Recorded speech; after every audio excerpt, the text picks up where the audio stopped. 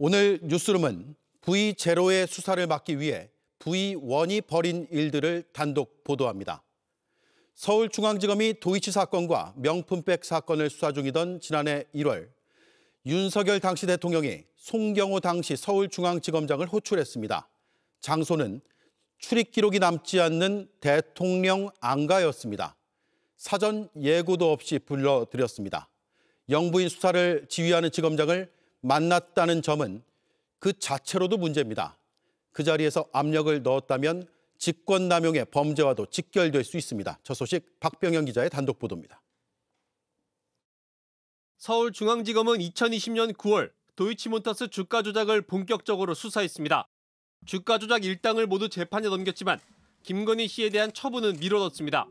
수사를 촉구하는 압박이 커지자 수사팀은 2023년 말부터 김건희 씨에 대한 소환 조사를 추진했습니다. 그런데 JTBC 취재 결과 그 무렵 윤석열 전 대통령이 송경호 당시 중앙지검장을 직접 만난 것으로 파악됐습니다. 당시 사정라인에서 핵심 자리에 있었던 관계자는 지난해 1월 저녁쯤 윤석열 대통령이 송경호 중앙지검장을 대통령 안가로 불러들였다고 JTBC에 말했습니다. 사전 예고도 없이 갑자기 송 전 지검장을 호출했다는 겁니다. 대통령실은 공식적으로 출입한 흔적이 남지만 서울 삼청동 안가는 은밀하게 만남을 가질 수 있습니다. 당시 중앙지검은 도이치모터스 주가 조작뿐 아니라 김건희 씨의 명품백 의혹에 대한 고발 사건도 수사 중이었습니다. 대통령 신분으로 배우자에 대한 수사를 지휘하는 책임자인 중앙지검장을 불러서 만난 겁니다. 그 자체로도 부적절하지만 윤 전 대통령이 수사 무마와 관련한 외압을 행사했다면 직권남용과 직결될 수 있습니다. 송 전 지검장은 국정농단 특검에서 수사팀장이던 윤 전 대통령과 호흡을 맞췄고 윤 전 대통령이 검찰총장 시절엔 중앙지검 3차장, 대통령에 취임한 뒤엔 곧바로 승진해 요직인 중앙지검장에 임명됐습니다. JTBC는 당사자인 송 전 지검장에게 윤 전 대통령과의 만남에 대해 물었지만 아무런 답을 하지 않았습니다. 윤 전 대통령 측에도 입장을 물었지만 아직까지 답변을 듣지 못했습니다. JTBC 박병현입니다. 12월 3일 계엄 1년 되는 그날 추경호 국민의힘 의원의 구속 여부가 결정될 것으로 보입니다. 추 의원은 계엄 해제 표결을 방해한 혐의, 다시 말해 내란 중요 임무 종사 혐의를 받고 있습니다. 체포동의안이 오늘 국회를 통과했습니다. 강희영 기자입니다. 정성호 법무부 장관이 추경호 국민의힘 의원의 체포동의안 설명에 나서자 비상계엄 해제를 막으려는 윤석열이 내란 행위에 협력하여 내란 중요 임무에 종사했다는 것입니다. 야당 쪽에서 고성이 터져 나옵니다.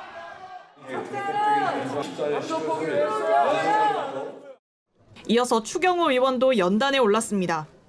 국회의 계엄 해제 표결을 방해한 사실도 없습니다. 위헌 정당 해산으로 몰아가 보수 정당의 맥을 끊어버리겠다는 내란몰이 정치 공작입니다. 추 의원은 지난해 비상계엄 당일 당시 원내대표로서 의원총회 장소를 여러 차례 바꿔 계엄 해제 표결을 방해했다는 의혹을 줄곧 반박해왔지만 체포동의안은 여당 주도하에 국회를 통과했습니다. 가결되었음을 선포합니다. 국민의힘은 모두 표결에 불참하며 거세게 반발했습니다. 야당을 말살함으로써 일당 독재를 꿈꾸고 있는 이 천인공을 막무가내 작태 막아야 하지 않겠습니까?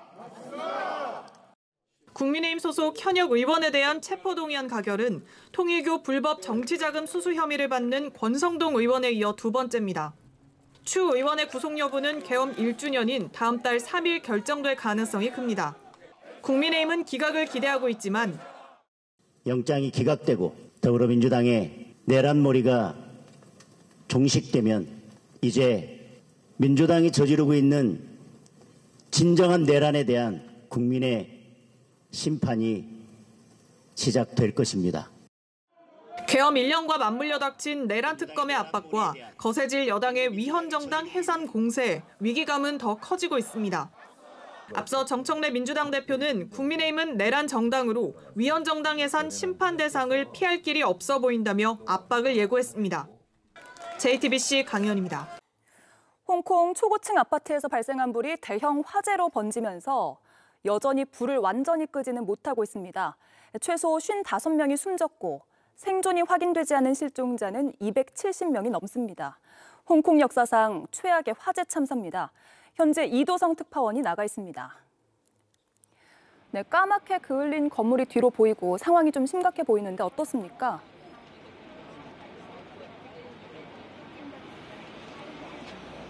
네, 어제 오후 시작한 홍콩 아파트 화재는 여전히 이어지고 있습니다. 지금 제 뒤로 보이는 것처럼 불길이 여전히 타오르고 있는데요. 연기와 유독가스가 함께 피어오르고 있으면서 마스크를 쓰지 않고서는 숨을 쉬기가 불편한 상황입니다. 전체 아파트 8개 동 가운데 7개 동에서 불이 났는데 현재는 여전히 4개 동에서 고층부를 중심으로 진화 작업이 이어지고 있습니다. 네, 인명피해가 계속해서 늘어나고 있는데 아직 행방을 찾지 못한 주민도 많다고요.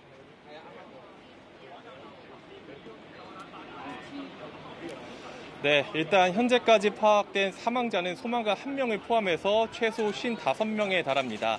소방당국은 현재 치료 중인 부상자 가운데 43명도 위중한 상태라고 확인을 했습니다. 여기에 아직 생존이 확인되지 않은 실종자가 무려 279명에 달합니다. 대부분 아파트 내부에 갇혀 있는 것으로 추정이 되고 있습니다. 이 구조본부 앞에서는 수백 명이 몰려서 희망 섞인 소식을 기다리고 있는데요. 실종된 가족을 애타게 찾는 사람들이 적지 않은 가운데 이 외교부는 구조가 늦어지면서 여기저기 울음소리도 터져나오고 있습니다. 우리 외교부는 현재까지 우리 국민 피해는 접수되지 않았다고 밝혔습니다. 네, 실종자 가족들은 구조 작업이 어서 진행되길 바라고 있을 텐데 시작이 됐습니까?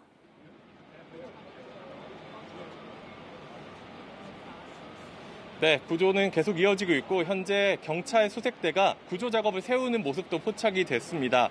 아직 불길이 완전히 잡히지 않다 보니까 지상부터 꼭 맨 꼭대기 31층까지 한 층씩 불을 꺼가면서 수색하는 방식입니다.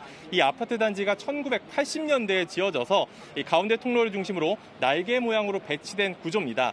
그렇다 보니까 수색 작업에 어려움을 겪고 있는 상태입니다. 이 화재 원인에 대한 조사도 이뤄지고 있는데요. 홍콩 경찰은 이 건설회사 관계자 3명을 과실치사 혐의로 구속해서 조사를 이어가고 있습니다. 이번 화재로 애도 분위기가 확산하면서 문화 행사에도 영향을 주고 있습니다. 내일부터 열릴 예정이던 한국 대중음악 시상식은 홍콩 배우들이 불참을 알린 가운데 연기 가능성도 흘러나오고 있습니다. 저희 JTBC 취재진도 새로운 소식이 나오는 대로 다시 전해드리겠습니다. 지금까지 홍콩에서 JTBC 이도성입니다. 예고해드린 대로 김건희 씨 텔레그램 후속 보도를 시작하겠습니다. 지난해 5월 김 씨가 자신의 수사와 김혜경, 김정숙 여사, 김명수 전 대법원장 수사를 사실상 지휘한 것 외에 윤석열 당시 대통령이 그달에만 박성재 법무부 장관과 여러 차례 통화한 내역을 확인했습니다. 김 씨가 법무부 장관에게 텔레그램을 보낸 같은 달인데 그 시점과 정황으로 비교해 보면 V1의 전화와 V0의 텔레그램 서로 무관치 않아 보입니다. 김혜리 기자가 취재했습니다.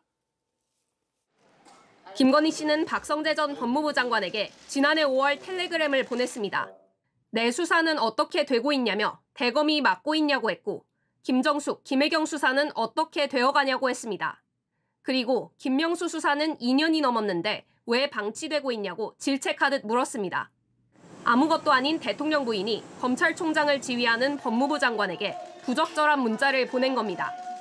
그런데 JTBC가 확보한 통화 내역에 따르면 윤 전 대통령은 김건희 씨가 메시지를 보내기 전후로 박 전 장관에게 여러 차례 전화했습니다. 지난해 5월 2일 이원석 당시 검찰총장은 서울중앙지검에 김건희 씨 명품백 사건 수사 전담팀 구성을 지시했습니다. 그리고 이틀 뒤인 4일 오전 9시 36분 윤 전 대통령은 박 전 장관과 약 1시간 15분간 통화했습니다. 김건희 씨가 박 전 장관에게 텔레그램 메시지를 보내기 바로 전날입니다. 박 전 장관이 검찰총장을 패싱하고 대규모 인사를 내기 직전에도 전화가 집중적으로 이루어졌습니다. 인사 전날인 5월 12일 윤 전 대통령은 박 전 장관에게 4번 전화를 걸었습니다. 통화는 총 42분간 이루어졌습니다.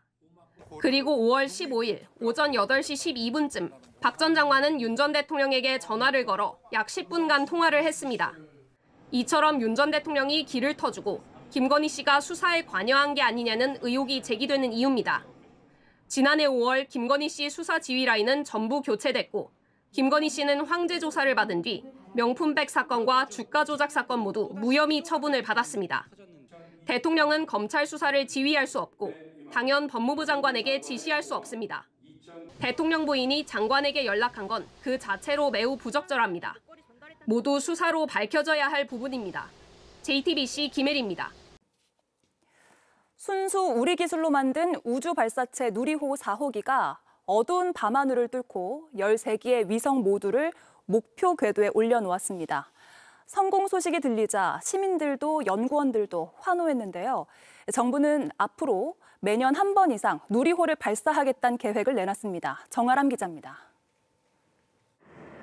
발사대에 우뚝 서 있는 누리호.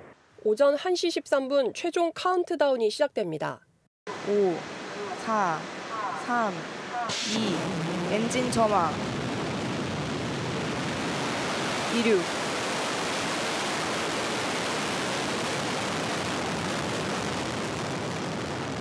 누리호가 발사되었습니다. 고흥 앞바다의 새카맣던 어둠이 순식간에 밝아지더니 누리호가 붉은 화염을 내뿜으며 우주로 날아오릅니다.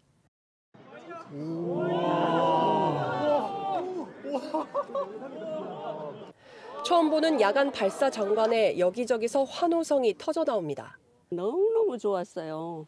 그냥 밤하늘을 별하고 같이 쏴서 올라가니까 정말 환상적이었어요.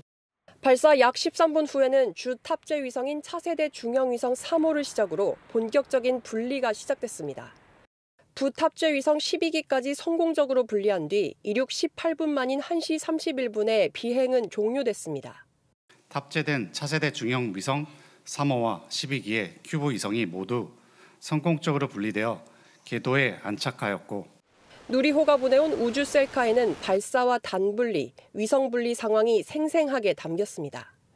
발사 직전 센서 이상으로 발사가 18분 늦어지기도 했지만 연기 없이 발사에 성공한 첫 사례가 됐습니다. 지금까지 1차부터 3차까지는 모두 짧게는 하루, 길게는 8개월까지 연기된 끝에 발사했습니다. 내내 긴장감이 돌던 관제센터에서도 안도의 미소와 박수가 터져나왔습니다.